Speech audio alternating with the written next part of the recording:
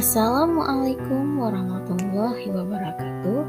Bertemu lagi dengan saya, Farna Putri Purwasih, calon guru penggerak angkatan 4 dari SMPN 7 Sukun, Kabupaten Aceh Utara. Dengan fasilitator Bapak Haryanto SPD MPD dan pengajar praktik Ibu Tablik Diniati SPD MPD. Jurnal Refleksi Minggu 20, Model Sick Thinking Heads, Teknik 6 Topi. Topi putih, tuliskan informasi sebanyak-banyaknya terkait pengalaman yang terjadi. Yang pertama, mulai dari diri.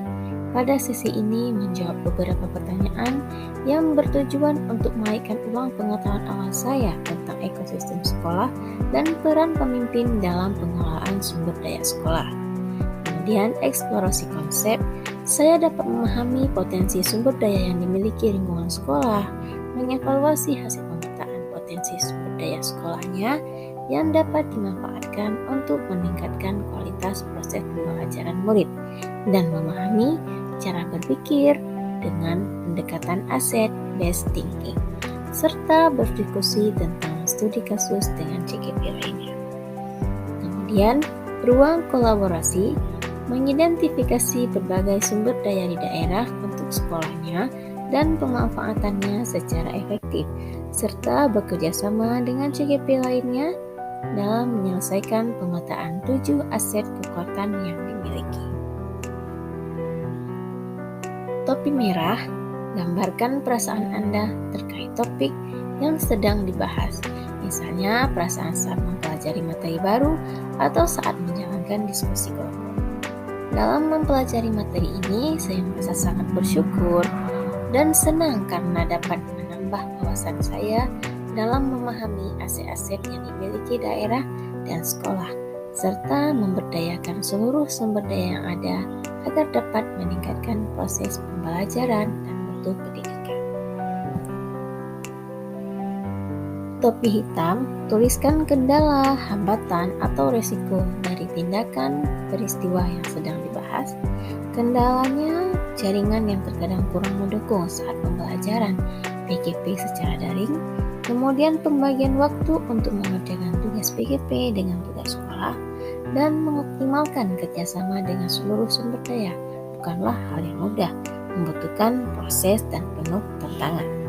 Resikonya, mencari jaringan wifi yang lebih bagus, kemudian lembur dan menyediakan waktu yang lebih lama untuk menyelesaikan tugas sekolah dan tugas PGP, dan mengajak seluruh warga sekolah untuk memberdayakan sumber daya yang dimiliki.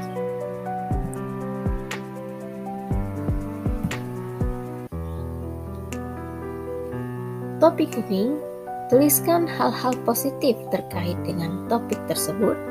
Setelah mempelajari tentang kekuasaan aset daerah, hal positif yang saya dapatkan bisa mengetahui lebih jauh bahwa di daerah saya memiliki modal agama dan budaya yang dapat menjadi sumber daya seperti pondok pesantren, sanggar seni atau MTQ, kegiatan PHBI yaitu Maulid Nabi Muhammad SAW, pesantren Ramadan, dan sebagainya.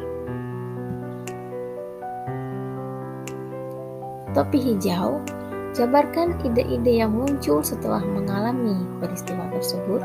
Sebagai pemimpin pengelolaan sumber daya, setelah mempelajari model ini dan mengetahui kekuatan aset daerah dan juga sekolah, saya ingin mengembangkan serta memberdayakan sumber daya yang ada di sekolah serta daerah dengan berfokus pada potensi yang dimiliki sekolah dan daerah tersebut, serta membangun keterkaitan aset-aset tersebut sehingga lebih berdaya guna agar dapat meningkatkan mutu pendidikan. Topi biru, tarik kesimpulan dari peristiwa yang terjadi atau ambil kesimpulan setelah mempertimbangkan kelima sudut pandang lainnya. Pendekatan komunitas berbasis aset harus didukung dengan pemenuhan 7 aset utama dalam lingkungan sekolah, yaitu modal manusia, modal sosial, modal fisik, modal lingkungan, alam, modal finansial, modal politik, dan modal agama dan budaya. Menggunakan pendekatan pengembangan berbasis aset bisa dilakukan untuk mengelola sumber daya yang ada, karena dapat mendorong komunitas sekolah untuk memberdayakan aset yang dimiliki serta membangun keterkaitan dari aset tersebut. Sekian yang dapat saya sampaikan. Terima kasih atas segala perhatian.